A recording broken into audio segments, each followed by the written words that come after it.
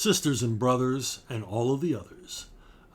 It's time again for Ask Chuck Dixon, episode 79. It's Wednesday morning, and I'm here to answer questions about what I do for a living. And what I do for a living is I write comic books. If you want to reach me directly, go to brunobookstore@gmail.com. Ask questions, make suggestions, comment, whatever. You got some artwork you want me to see? Send it to brunobookstore@gmail.com. And I always take a look. I check the email a couple of times a day, as we all do, compulsively. We're addicted to this crap. So you know I'll see your message if you send it to brunobookstore@gmail.com, and I'll use your question right here, and you'll get to hear your name read out on the internet. Very exciting. And let's get right to it. Daniel Eldridge. As a kid, I used to have Batman Ultimate Guide to the Dark Knight. You wrote the introduction for it. How were you chosen to write the introduction? And how did you decide what you were going to write? It's pretty lengthy, so obviously you put some thought into it. Batman, the Ultimate Guide to the Dark Knight was a big, fat picture book from Dorling Kindersley, and they do an awesome job. They always do. And how did I get the assignment to write the foreword? Well, my good buddy Scott Beatty wrote this book, put a whole lot of work into it, and nobody better. Scott's a detail man when it comes to continuity, especially DC Comics continuity. And he's also an awesome technical writer. In addition to being a damn good comic book writer, I've written some of my career highlights have been shared with Scott that we wrote together. Batman Year One, Batgirl Year One, and any number of other things at DC and other places. So, he requested it. He requested that I write the foreword. And of course, it's Batman, so I had a lot to say. And there was a lot of room to say it. I think they gave me a word length requirement, how much they needed. So I don't really recall the introduction, but I'm sure I went into some depth. If you've never seen these books, and you probably have, if you're a comic fan, you've seen these. They're really awesome reference books. They're probably out of continuity now, but terrific imagery and all the rest. And it was cool having Scott write a bunch of these because he wrote a Superman one and a Wonder Woman one. He wrote any number of these for Dorling Kindersley. And he even on things like Superman, he would make sure he included something by me in the book so that I would get a little piece of royalty payment. So he found, in the Superman book, he found these three villains I had created. They were like one-off villains for a fill-in issue I wrote for Eddie Berganza back in the day. But he slipped them into the book. Thank you, Scott. You're a pal. You're always looking out for me. Josh M. Why does it seem like all writers know how to do? Okay, I'm sorry. Why does it seem like all that writers know how to do with established characters is write deconstruction stories? Why can't writers do anything fun with established characters anymore? And why can't they create new characters that we can love without having to give them the mantle of an already established character? It's making picking up my pull list pretty miserable. Well, I feel your pain. Sorry, I gotta take a little sip of tea there. It's all lazy writing is basically what's going on here. That they once upon a time they created a comic book character, and then they wrote really cool stories for them to be in. Now they make all the stories about the character. So every story, so they have to plunge deeper and deeper into, what makes the character tick or their psyche. And of course, the irresistible urge, the pull like gravity, is to tear the character down, to deconstruct them. That stuff gets tired after a while. And when you're all done deconstructing, there's nothing left. So then you just have to make unwarranted changes to characters that nobody asked for. Because you don't have any more ideas for any more character development. And you certainly don't have any ideas for good stories because you never did. You never did write any good stories for these characters because writing good stories and plotting are hard. It's the heavy lifting. Whenever I hear a writer say, I'm more about character development than plotting, I always say, go away. Stop writing. Stop making us suffer for your lack of ability. And so this is why we see a lot of them morphing characters, changing them, making them unrecognizable, because they're bereft of ideas. That's how you get something like 3 Jokers. One Joker is not enough. Come up with a good Joker story. Well, what if there were 3 of them? Whoa! So we can make stuff up around that for a while. I don't know. Were any of these stories good? Were any of the 3 Jokers any fun to read? I have no idea. I just can't follow this stuff anymore. So, and when they do create new characters, they don't know what they're doing. They don't know how to create an appealing character. In fact, they seem dead set on creating unappealing characters that are simply exist to piss off, the majority of comic book readers. To say basically, if you don't like this character, there's something wrong with you. Go away. No, there's nothing wrong with the comic readers.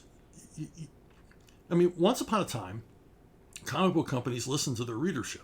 It was called redundant publishing. And I know I'm being redundant telling you this because if you watch any of these videos, I've explained this before. Comics are a raw medium. You just throw crap out there, right? A guy writes a story, another guy draws it, simplest thing in the world, and then you put it out to the public. And if the public buys it, you do more of that. If the public doesn't buy it, you do less of that. And that's how you get, multiple X-Men titles, and that's how you get, fads in the 50s, like horror comics, and then Western comics, and then war comics, and then romance comics. But now they seem to be stuck. And all they ever do is, one flavor, one size fits all superhero comics, and they try to make them as woke as possible. So even superhero fans are turned off by what they're doing. And in addition to that, they're generally well crafted. Look at the drawing here. Come on. It looks like they took it out of someone's high school loose leaf, notebook. Somebody doodled this during math class. To give you an example, this started a long time ago. The last Batman, I've told this story before, but it's always worth retelling because everybody hasn't watched every one of these videos. At the very last Bat Summit I was at, they were having a Superman Summit at the same time. And the Superman editor came over on the last day of the Batman Summit to tell us what their plans were for Superman and to find out what our plans were for Batman. Well, it turned out our plans were exactly the same. Because the geniuses writing Superman at that time, the best idea they could come up with, and an idea they spent 3 days working out, was that Superman gets amnesia. I don't know how that happens.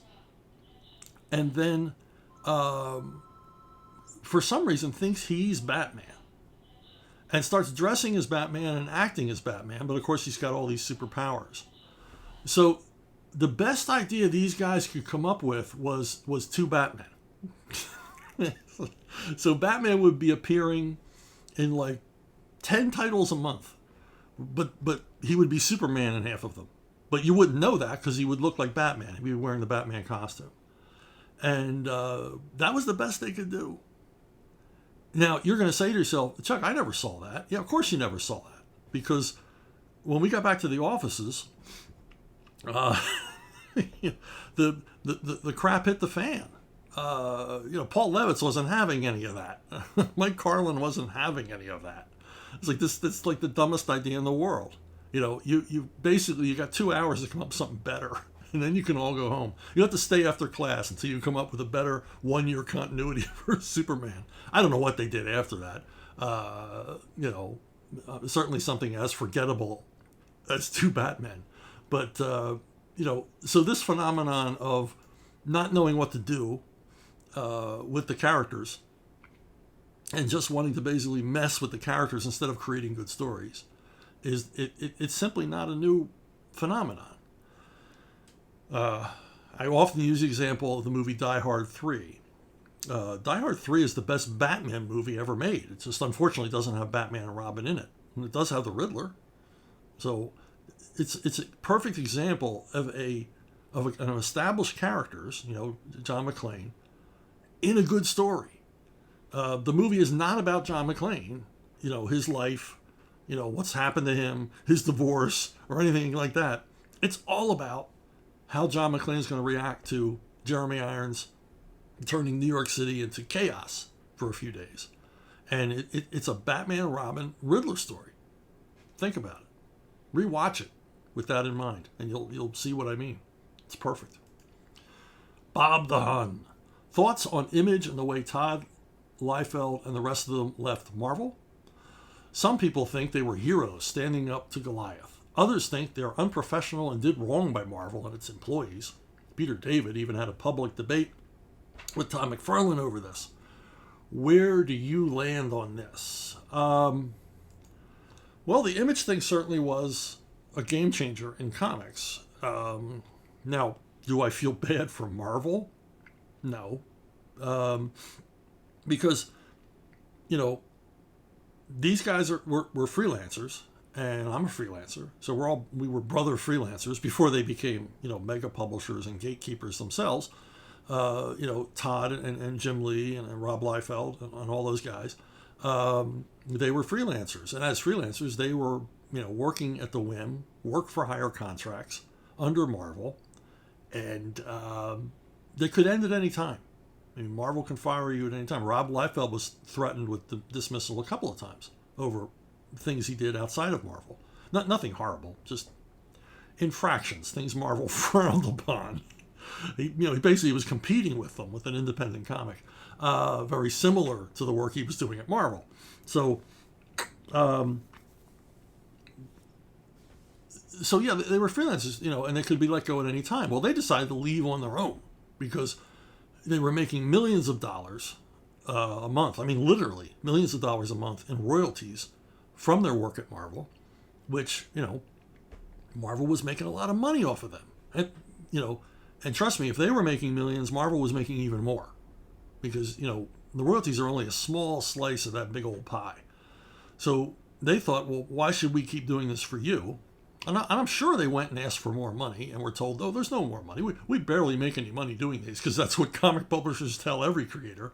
We're barely keeping the doors open. Hold my limo. So they decided to depart and, form their own company. And it's still doing well. It's still doing as well as any comic book company is doing now. And they billed it off of Marvel royalties. I mean, they were literally a year into creating Image and still running the company off of Marvel money. I mean, Marvel paid and financed Image Comics at the beginning. And of course, sales were huge, so they began to finance themselves. And they were huge for a while. Now, my only problem with Image, I mean, good for them. I mean, this is a free trade. I'm all for capitalism. I'm all for determining your own destiny. I'm certainly all for owning your own work and getting a fair piece of the pie. And so good for them. They did this. My only, caveat with the whole Image thing is that they increased comic sales across the board. They increased interest in comics. These were new characters. Every generation needs its own set of new characters. Spider-Man was mine, a brand new character when I was a kid. And they did all that, but they didn't build beyond that. They didn't create a new audience. They only did superheroes. And because of that, it all fell apart after a while. They also hired their college roommate to write the comics. They didn't seem to think that the writing end of it was important. It was all about imagery, which I guess is why it's called Image Comics. I don't know. So my only wish was that they had taken the power they had. And it was a real power. I mean, comics were selling enormously, and these guys were responsible for a lot of that. Responsible for most of it. That they didn't take that power and do something more with it. They literally could have lost millions exploring, new formats, new distribution methods, marketing to new audiences, creating a line of comics that was far more diverse, and I mean really diverse, not phony baloney, equity, woke diverse. I mean really diverse, different genres. They had the kind of money they could have brought in, mega talent, writers and artists to help them in all of this. I mean, really, the cash was there. And they had low overhead. I mean, I think there was an Image building, but they didn't have anything like the overhead that Marvel and DC had. So, and they could be nimble, and they were very nimble, but nimble in all the wrong ways. Like soliciting for a book and not even starting on it until the sales figures came back. So they began to miss, because of this, they began to miss deadlines. And they were young guys with a lot of money. And young guys with a lot of money start to wonder, why am I working so hard? So, the level of quality begins to fall. It was a lot of things that went wrong there. But the biggest shame is, and these things go wrong in a lot of comic book companies, but the biggest shame is they had all that cash and they could have spread it around a little bit and done some more marketing and built something that would last instead of a flash in the pan, which really is what Image and those characters were. I mean, they were only around at their prime for a few years. And when sales fell off, they fell off in a hurry. They fell off precipitously. I mean, it was like a stock market crash across the board in comics, led by the fall of Image, which it did fall. It's still around, but it fell. It's never been what it was. It probably never will be again. It was lightning in a bottle, but they didn't capitalize on it like I think they should have. And when they started trying to do that, it was too late. Their sales were down. The power was gone. The mojo was done. Now, the Peter David, Todd McFarlane debate at the Philadelphia Con, what was it, 1993 maybe? I forget when it was. I was at the con, but I couldn't stomach going to see this event. It wasn't about how Image had hurt Marvel employees. I don't think Peter David gave a damn about Marvel employees, except Peter David. But it was about what was more important in comics, the writing or the art. And it was a pretty silly event because the answer to that is obvious. They're both important. Now, one isn't more important than the other. And Peter David came like he was going to go to a high school debate. And my understanding was he prepped for it like a lawyer would prep for a trial. and Harlan Ellison provided him with a lot of bon mots and reasoning and insults and high school debate tactic kind of things.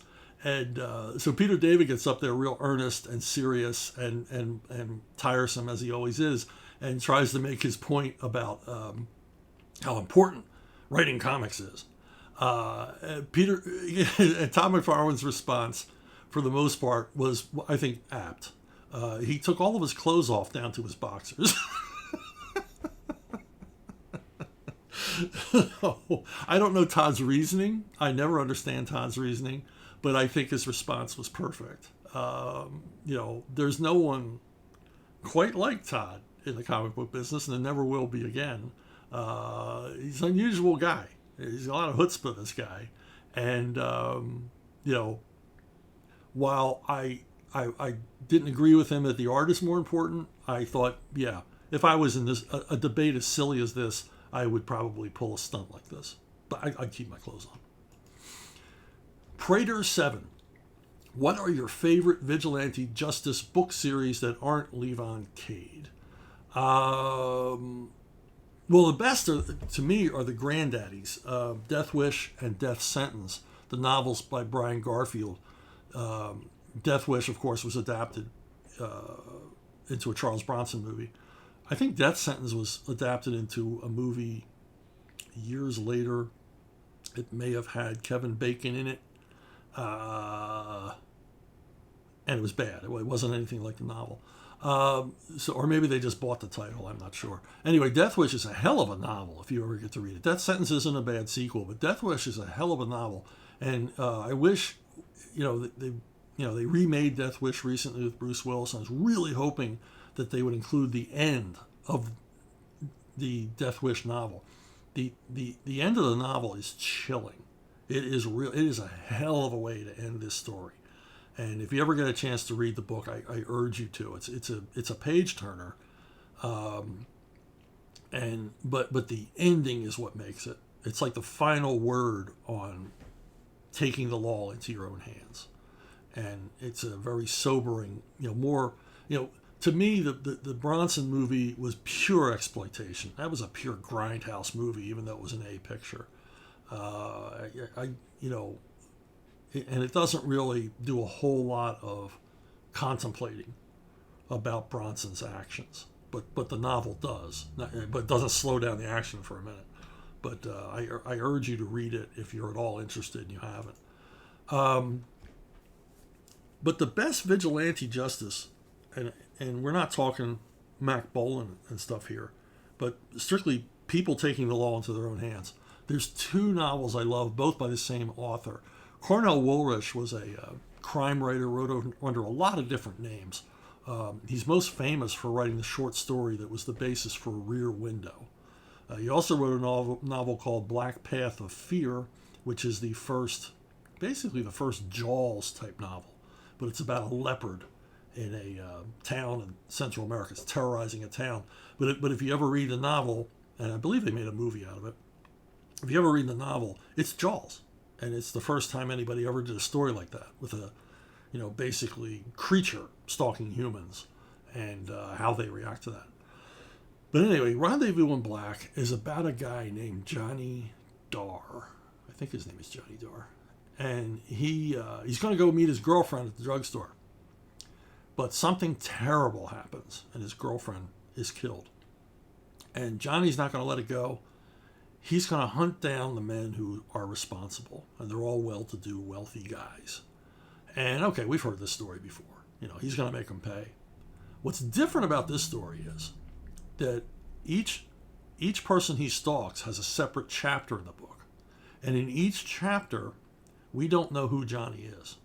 We know he's present in the chapter, and we know who he's going to kill. And it turns out he's not going to kill the person responsible. He's going to kill the person that they love the most, the way that they kill the person he loved the most. And it's part horror story, part vigilante justice story. But again, the idea that in each chapter you don't know who Johnny is, and you don't learn who he is until the end of the chapter, is, man, oh man, that is writing. And it's super compelling, and it's super spooky, and it's super eerie, and each chapter is very, very different. The final chapter, Woolrich really shows his stuff. It's written from the point of view of a blind person. I mean, it's amazing. I don't know what this guy, I would be writing in a lake of sweat if I tried to do something like that. And he does it masterfully, as Woolrich always does. This guy had such a twisted mind, and Rendezvous in Black is, for me, his masterpiece. Quickly followed by The Bride Wore Black. He liked using the word black in titles. So The Bride Wore Black is similar to The Rendezvous in Black, but has a different twist. This woman is engaged to a guy, and she's in love with him, and he's the greatest guy in the world. And but maybe not the nicest guy in the world, and he is killed by gangsters, and she wants to know why, and so she wants to get to the bottom of this. Why did who killed him? Why did they kill him? Now, she isn't out to get them. She's not carrying a gun. She's not out to punish them. She just wants answers. But she's like a Typhoid Mary of crime. Because as she wanders through these gangsters' lives, something about her appearance is a catalyst that starts a chain of events in which the gangsters end up dying. She's not poisoning them. She's not taking any direct action. But she's going like a wrecking ball through their lives. That's an interesting idea, isn't it? She's unintentionally a vigilante, revenge artist. But she doesn't mean to be. It's made into a very dull movie by Francois Truffaut, so avoid it. But now, if you're talking paperbacks, the kind of men's adventure stuff, Executioner, all the rest of it, my favorite was The Inquisitor. The Inquisitor wasn't a vigilante justice guy, but I can't resist mentioning The Inquisitor. There were only 6 novels, sadly. They were written by Simon Quinn, which was a pen name for Martin Cruz Smith, who wrote Gorky Park, amongst other thrillers. He went on to become a big-time best-selling author. But The Inquisitor is a guy named Jean-Claude Keely, or Jean-Paul Keely, and he's basically James Bond for the Vatican. And the stories are very Ian Fleming-like because they're all very different. The crimes are clever. The villains are indelible. Very much in the model of Ian Fleming's novels. But with the twist that he works for the Vatican. And he is a practicing Catholic. And he, if he kills someone on a mission, he doesn't have a license to kill. He has a dispensation to kill. And he has to come back and confess to all of his killings and do penance. And I was raised Catholic, and I kind of responded to this. But the humor in them, the violence, the sex, everything, it's all well written. It's Ian Fleming. And like I said, the crimes are great. The MIDAS coffin. There's one called Nuplex Red, the best ever nuclear weapon held hostage novel ever written. When I lived in Pennsylvania when 3 Mile Island nearly melted down. And Nuplex Red was my reference book because Quinn did a lot of reference on all of these stories. He learned some amazing stuff reading these Inquisitor novels. And so he went through what happens when a populace is exposed to radiation. And so, that's how I knew that, when they start handing out iodine tablets, we're all in trouble. and 3 days into 3 Mile Island, they began handing out iodine tablets to the people in the surrounding county. But, all kinds of things like that. So you can learn stuff from pulp. Now, this isn't the commercial, so stay. There's more questions after this. But, I write vigilante justice myself. He mentioned Levon Cade. I'm going to mention it too. It's one of the novel series that I write along with Bad Times. If you didn't know I write novels in additions to comics, just plug my name in over at Amazon and take a look. If you like my work on The Punisher, you're going to love Levon Cade. So that's it. That's a little mini commercial, a little mini plug. Christopher Marone, 26. I once read you were slated to write The Punisher's definitive origin. Who was the artist you were waiting for? I never heard that rumor. And if I did, if I was offered to write the definitive Punisher origin, I probably would have turned it down. Because the one thing I don't like that writers do with the Punisher is they keep revisiting his origin. I don't like any character's origin revisited over and over and over again, so they can have their little tweaks and fixes and whatever. The only origin in comics that I would like to revisit is Commandes, the last boy on Earth, because Kirby created the book over a weekend so that they'd have a book to fit in the publishing schedule. And the only mistake, if you can call it a mistake, that I think he made on Commandi was he under-dramatized Commandi's origin. It's too brief. There's no real background, and then we just jump into the characters. And what follows is marvelous. But if I had my druthers, I would love to write Commandi, not change anything, but just explore that origin a little bit more. But the Punisher, no, I hate that they keep revisiting the Punisher and changing things and adding things. And I hate it with Batman too. I remember reading an origin story where they had Bruce Wayne slips out of the movie theater on the night that his parents were killed because he's bored with the movie, and he meets this other kid named Kirk Langstrom who would later become Man-Bat, and they I don't know, they play wall ball or something for a while, and then he goes back with his parents to the movie, and I'm like, first of all, this is a ridiculous coincidence, unnecessary detail, and they were at the movies because Bruce wanted to see that movie. He wouldn't leave in the middle of Marcus Zorro. He wanted to see that movie. So, isn't that the whole point of it? That his parents wouldn't have died? This deep layer of guilt he feels because they took him to the movies, to please him and then end up dead. Yeah, so I don't like playing with origins. I don't like it. So wherever you heard that rumor, it's simply not true. Maybe it was some other writer. But, so anyway, next question. Toxic Schnoz. I'm not going to ask about that name. Hey, Chuck, just wanted to say I love your content and knowledge. My question is, how do you feel the climate is for independent graphic novelists these days, as well as your biggest tip when possibly making one? Thanks, and rock on. Just start doing the comics. I mean, it's wide open. It's a wild, wild west. It's the unexplored frontier. Because with digital comics now, you can, hell, you could do a daily comic strip on Facebook. There's nobody that can stop you. Of course, the problem is getting people to look at it, and I don't mean that based on quality or anything else, but you could do a daily comic strip for a year on Facebook, and even your best friends wouldn't know about it because of the way social media works. You would have to put several $1,000s in Facebook's pocket to get them going. To show it even to your friends. So the problem is, and a lot of my friends are doing this through crowdfunding and all. I mean, experienced, seasoned professionals at the peak of their powers are having to spend most of their time marketing their work rather than drawing and writing. And some of them like it. Some of them are good at it. Ethan Van Sciver, Brian Pulido, Graham Nolan. These are guys who are been very, very successful at marketing their own work, creating their own stuff. But it's an uphill battle.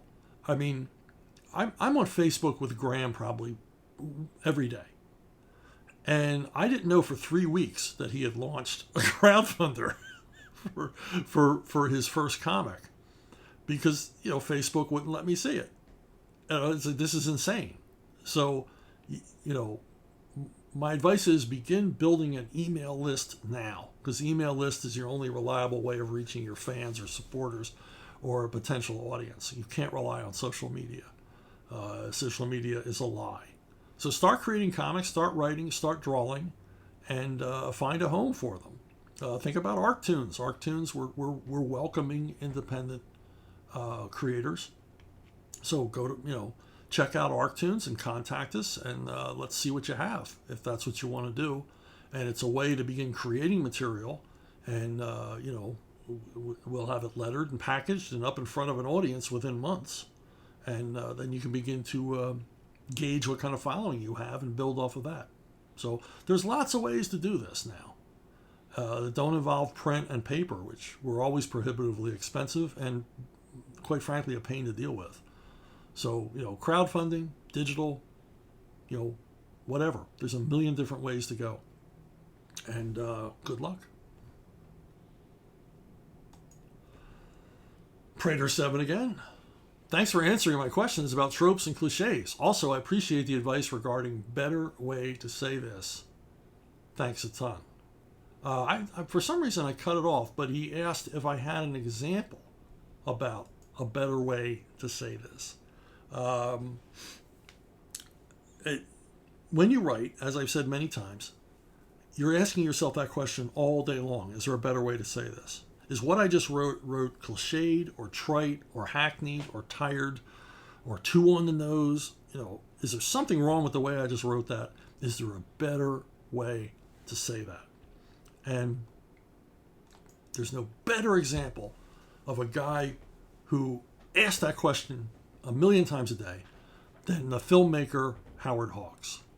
Howard Hawks did movies from the 30s all the way up until, I forget when Rio Lobo was released, maybe 1970. Prolific, created some fantastic, indelible movies. Some of my favorite movies of all time. Maybe some of your favorite movies, and you just didn't know they were all by the same guy. And Howard Hawks' way of working was he would hire two different writers. They were always experienced. He would go back to the well again and again to guys like Charles Brackett, Jules Firthman, and he would have them mix it up. He would have them write alternate versions of the story that he wanted, and then he would meet with them. And sometimes he did interesting things, like he hired William Faulkner, literary lion of American literature, and Lee Brackett, a pulp writer, and to collaborate on one movie together because he wanted both of their sensibilities. And then he would bring both writers together and maybe a couple of other writers besides, and they would go over each script and pick out what they liked and what they didn't like, and basically combine the best of both scripts and do a lot of discussion. So what they came out with at the end didn't resemble the initial scripts, but was something better. And of course, Hawks would be involved. And Hawks' question to all of them, all day long, every day, is there a better way to say this? And as a result of that, some of the most priceless, memorable dialogue in cinema history is in Howard Hawks' movies. Not only is the dialogue amazing, but Hawks had such a facility with actors and such an idea of how people talked and how to pace interesting exposition dialogue sequences in which they always found a better way to say it. If you've seen Hawks' movies, you know they're marked by scene after scene where a bunch of characters are talking. They're all interrupting each other. It seems chaotic, and yet you're able to follow the flow of the conversation.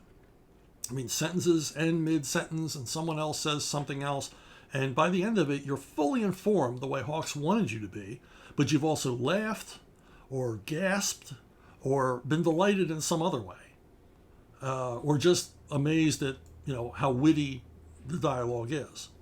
And that was it for Hawks. I mean, not only did he always know where to put the camera, not only was an amazing action director, a great story guy, number one on pacing, but he also,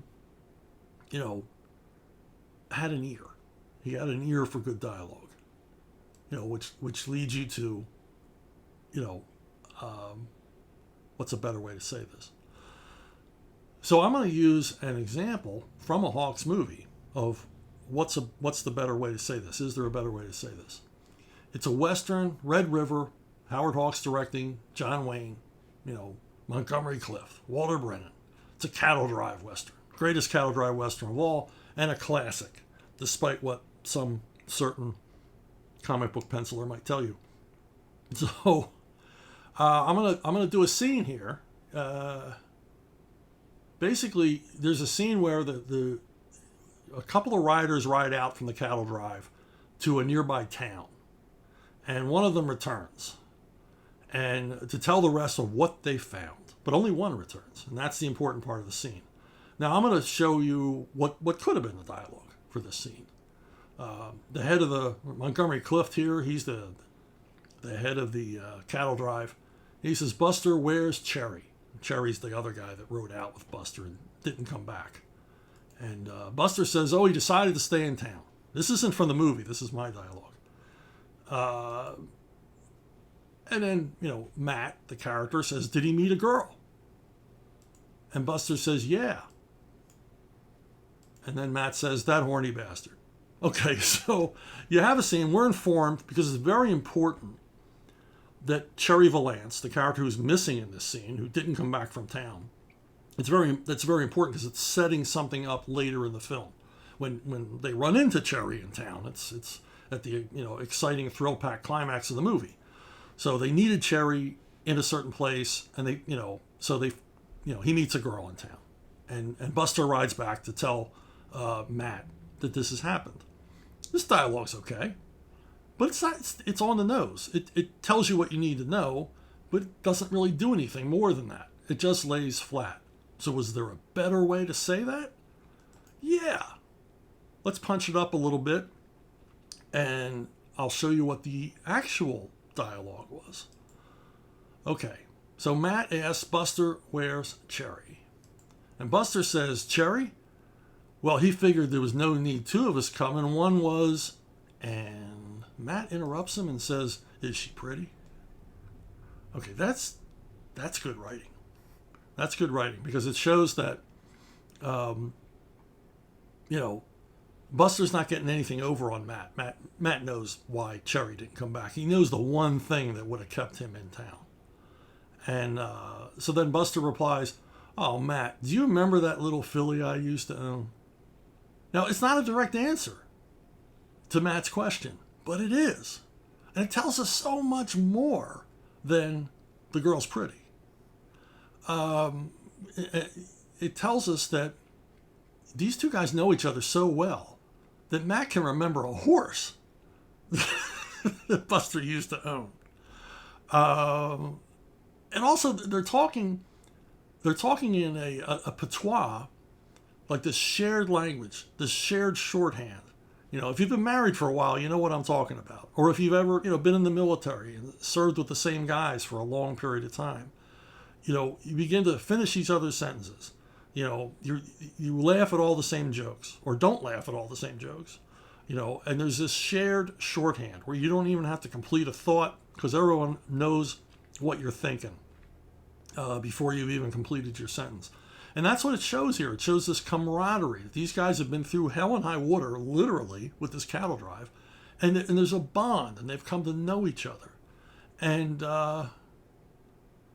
so Buster doesn't have to just say she was pretty.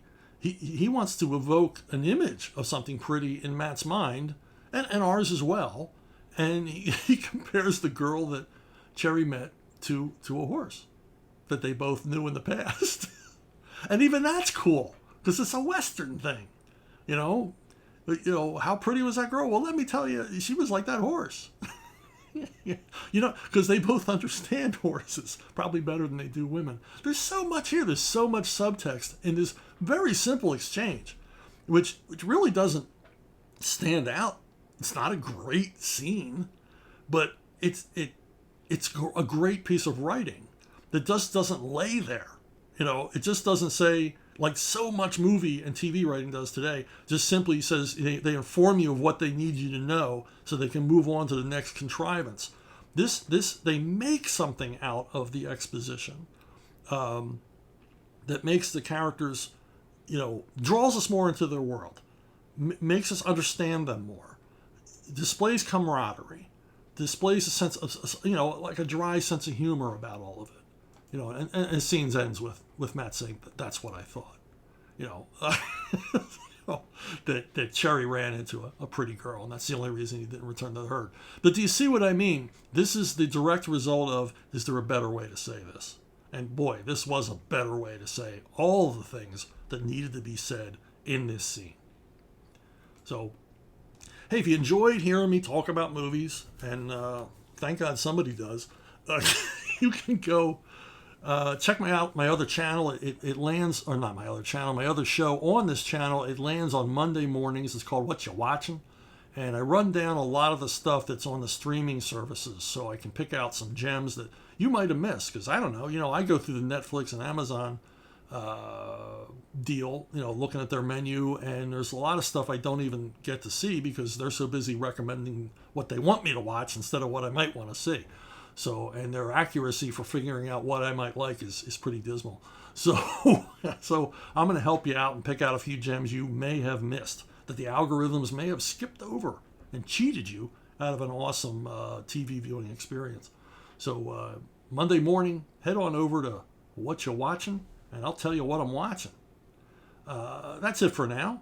Thanks for listening. Thanks for watching. Thanks for sending in the questions and suggestions. And thanks for sharing. Thanks for subscribing. Thanks for liking. And I will see you all down the road.